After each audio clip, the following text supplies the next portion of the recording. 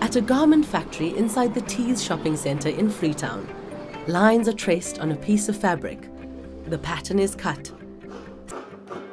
Seamsters and seamstresses carefully sew the blend of microfiber, fleece and polyurethane laminated fabrics together.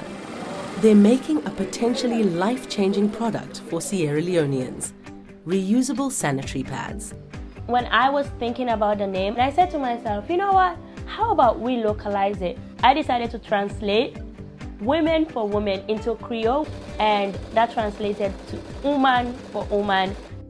Haja Isatu Bah is the eco-conscious innovator behind Uman4Uman, a social venture she says is addressing the issues of environmental waste, sustainability, accessibility, and affordability of feminine hygiene products. So when I got a scholarship to study in Norway in 2015, a lot of realization was made because I went to buy sanitary pads. I realized there were so many product choices out there. That made me started doing more research about this topic. In 2017, as a freshman majoring in environmental studies at Skidmore College in the United States, a conversation with an advisor would motivate her to take action.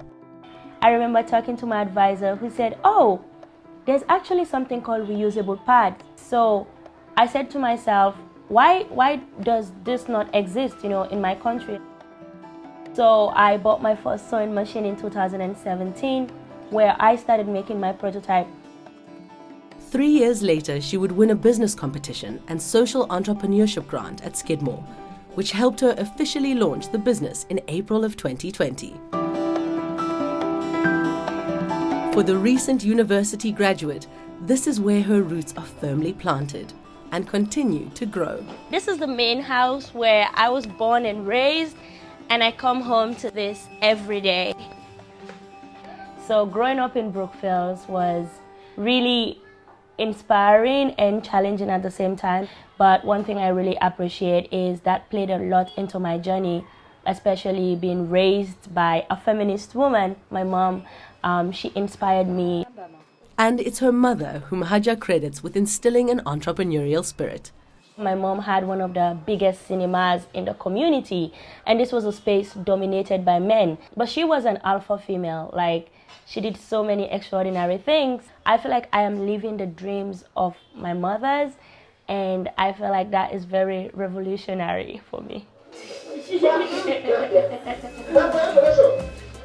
The living room in their home now serves as their de facto cinema, where neighbors and family often gather. But when Haja needs her own space, she often retreats to her bedroom, where the first Uman4Uman prototypes were designed and continue to be evolved. That was the first one, actually. Or if she needs to get out, she heads to Leicester Peak, one of the highest points in Freetown. I use this place as my safe space. I come here when I'm stressed. I come here when I need to think and brainstorm, and a lot of ideas about Uman4Uman were born here. But when the need for a fresh perspective arises, she turns to her mentor. I love that. That would be nice. Yeah. Madam Leone has been an amazing person in my life, and this shows the need for connection and reaching out, because I literally met her over a year ago and we've established such a strong connection, and she offered me valuable feedback on how to improve my business, how to reach out to different communities, what I was missing. So Haja and I have lots of conversations. She's environmental health and I'm public health, sexual health. So we really do have a nice little marriage with our conversations and how I support her going to schools, talking to young ladies, and helping prepare them for their life. A staunch advocate for women's health and empowerment, one of the core tenets of Haja's company is education. Today we are at St. Joseph's Secondary School, commonly known as Convent at Sykes Street. I'm here today with the JSS girls. With the help of her mentor, Leanne, Haja developed a hygiene-focused curriculum at the school she attended as a young girl herself. We decided to form this club. However, it was a very inclusive thing. We wanted the girls to be empowered, so it was not just me coming to talk to the girls or telling them what to do.